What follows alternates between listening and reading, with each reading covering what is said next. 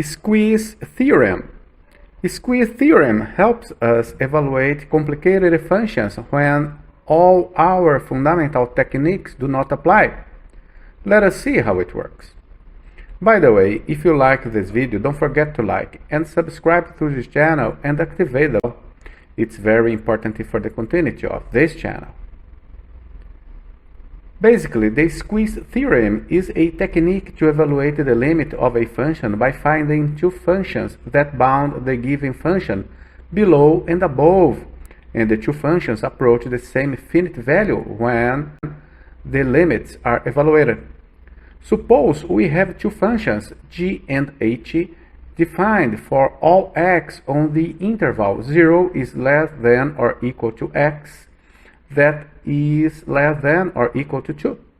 Suppose we have a third function of squeezed between g and h in the given interval.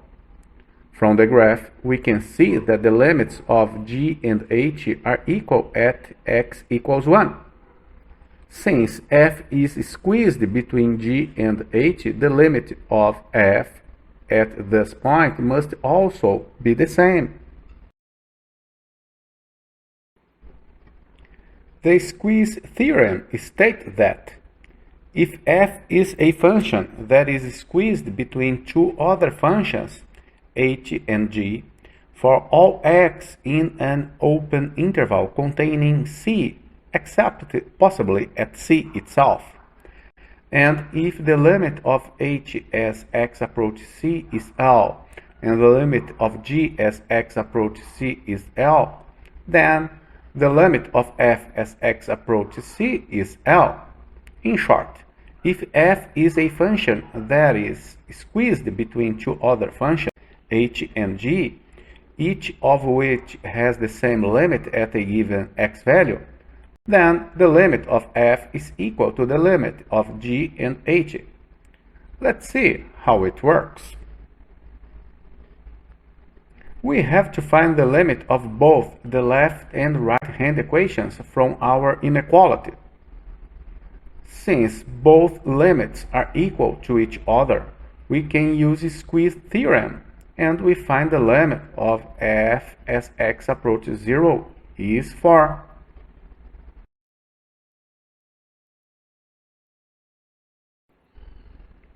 We now use the squeeze theorem to find two very important trigonometric limits, because they are necessary for evaluating the derivatives of trigonometric functions.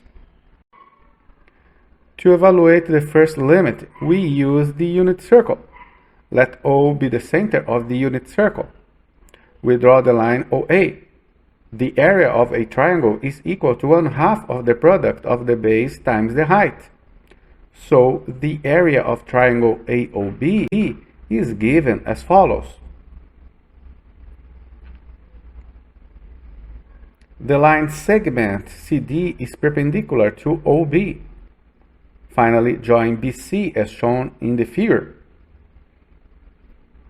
The area of the circular sector with theta as the central angle is given as follows. Remember, the radius is 1 unit.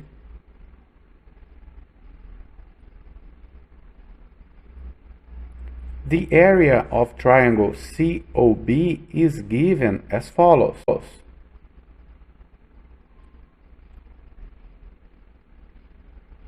From the figure, we see that the larger area is the area of the triangle AOB, and the smaller area is the area of the triangle COB. So we just make an inequality. We do some algebraic manipulations and trigonometric reductions. And after cancelling the common terms, this turns into the new inequality, giving us the function we seek.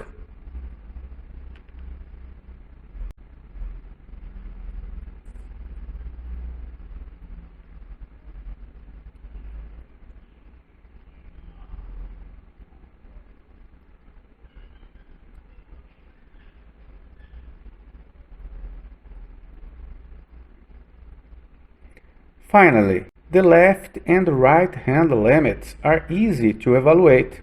The limit of the cosine of theta as theta approaches 0 is 1, and the limit of a constant is the constant.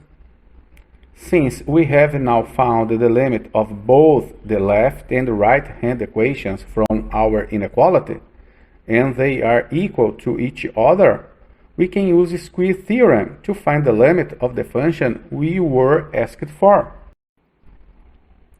The second limit is easier to evaluate. We multiply by the conjugate of the numerator. We now can use the fundamental trigonometric identity to convert the cosine in the numerator to a sine. The first of these is the limit we've just done, namely 1. The second limit is very simple because the denominator presents no problem, and this limit is as theta approaches 0 is 0.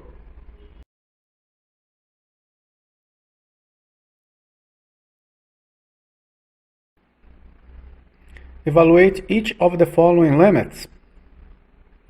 To solve this limit, we can write tangent of theta as sine of theta divided by cosine of theta. We now rewrite the limit as follows. The first limit is 1, and the second limit we can evaluate by direct substitution.